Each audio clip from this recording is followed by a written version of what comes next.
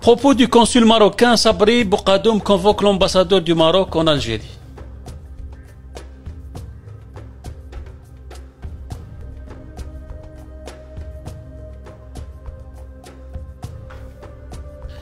الكونسول تاع المروك قال للمغاربه اللي جاوا باش يقولوا له لازم تقلبنا للدار وتجيبوا لنا طيارات اكسترا، نفس المشاكل تاع البلدان المتخلفه، بلدان العالم الرابع. الكونسول هذاك هضر معاهم ومن بعد قال لهم راكم على بالكم رانا في بلاد عدو، دونك كالميو اللعب. عندي دوز اناليز لهذه القضيه. Boukadoum, il a convoqué l'ambassadeur pour lui demander quoi? Pour lui dire que non, l'Algérie n'est pas عدو تاع المروك. ب 63 وحنايا اعداء. La preuve, l'Algérien ne peut pas aller au Maroc par route et le Marocain ne peut pas venir en Algérie par route alors que احنا شعب واحد متزوجين مع بعضنا ونتاجروا مع بعضنا وكبرنا مع بعضنا وتاريخ واحد ولسان واحد وعقلية واحدة. Donc ما تقدرش تقولوا باللي احنا non, on n'est pas des ennemis, on est des amis. Monsieur Boukadoum, d'accord. يمكنك أن تقول له بأن هذا النظام هو عدو للشعب الجزائري. Là, on sera d'accord avec toi. Ma deuxième analyse, c'est que le consul c'est أحمر لأنه أن يتلفظ بهذه الكلمات في بلد هو il est consul فيها. C'est un imbécile, il n'a rien de diplomate. Et secondo في المرحلة هذه الحرجة التي تعيشها العلاقات الجزائرية المغربية.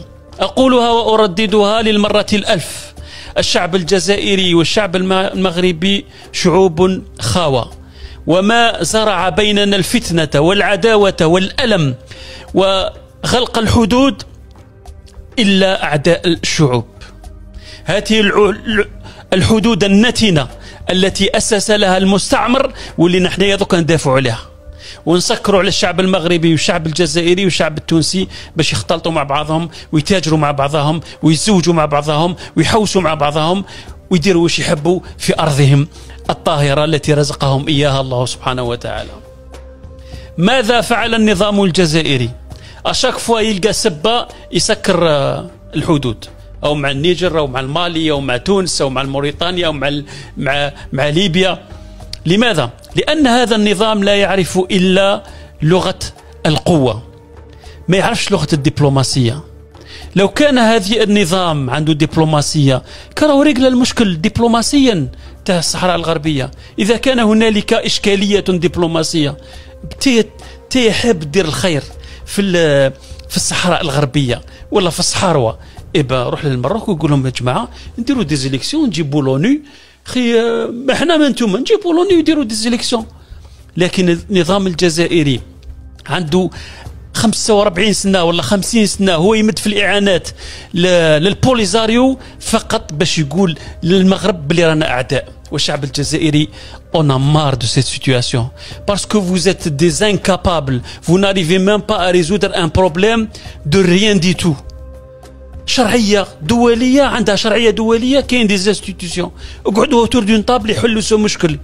باش تجيبوا توما دي فوايو دو بوليزاريو تعطي لهم دي سونتين دي سونتين دو مليون دولار شاك اني وتسكنوهم في كلوب دي بينس وتعطيهم شاليات وتسكروهم في النواتل وديروا معاهم لي زافير.